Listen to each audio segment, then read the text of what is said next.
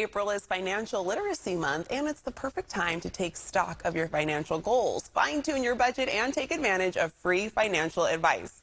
Schoolsfirst Federal Credit Union is here to help us get on track for a brighter financial future. Joining us today is Nathan Calhoun, Calvine Point Branch Manager. Welcome back, Nathan. Thank you very much. You know, I say every time you come here, you make sure we're financially literate. So I'm always appreciative when you're here because I always learn something every time you're on. Thank you.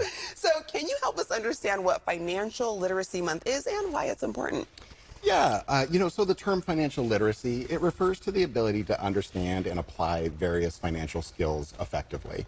National Financial Literacy Month is recognized every year in April and just tries to draw awareness to the importance of financial literacy and just smart money management. Yeah, and then what's an example of how financial literacy can positively impact an individual or maybe even a household?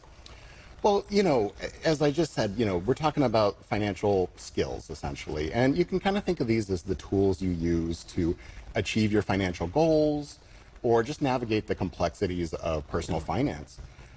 These can be simple things like balancing your checkbook or just paying your monthly bills. Yeah. But as you move forward, it gets more complex. There's things like setting a household budget, preparing for major purchases like a car or a house.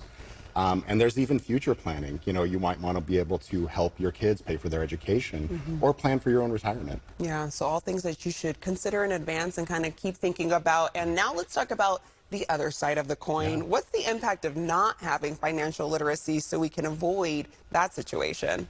Unfortunately, a lot of unfortunate outcomes. You think even in today's day and age, a lot of high schools don't really have a dedicated curriculum to personal finance.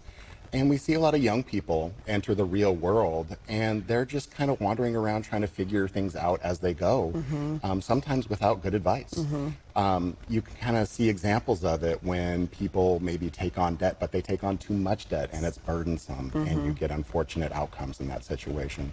There's even studies out there that point to the fact that married couples, one of the most common topics of arguments or conflict is personal finance topics.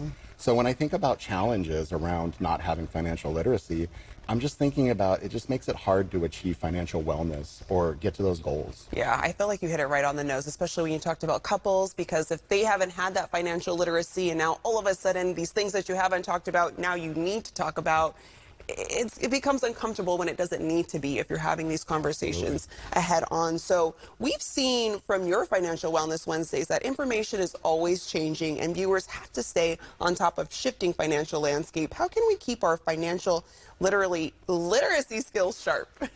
You're absolutely right. Things in the financial landscape are always changing, right? But there are a lot of resources out there. One thing I can recommend to everyone is check out there's a lot of books on personal finance out there.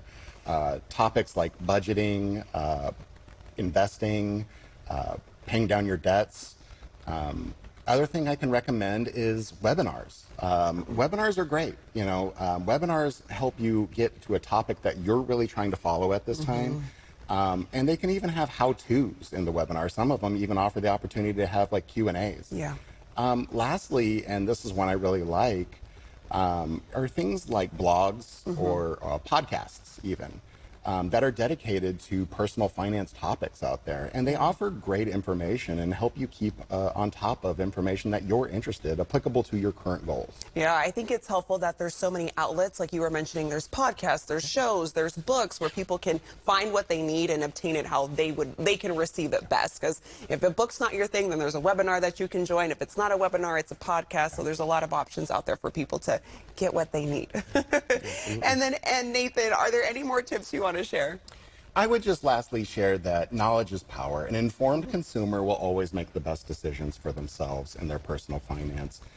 So seek out information before you enter into big transactions. And when you're planning, get help. There's a lot of infrastructure around helping people achieve their financial goals out there. And lastly, as I always mention, there's a lot more information available at our website, which is schoolsfirstfcu.org. Yeah, you don't have to go through this alone. If you have financial questions or you're going through debt, there's people that want to help you get on the right track, like at Schoolsfirst. Absolutely. Nathan, thank you so much. Thank you. You bet. And you can visit one of the many Schoolsfirst Federal Credit Union branch locations as seen on the screen. And you can find out more online by going to schoolsfirstfcu.org. calhoun.org.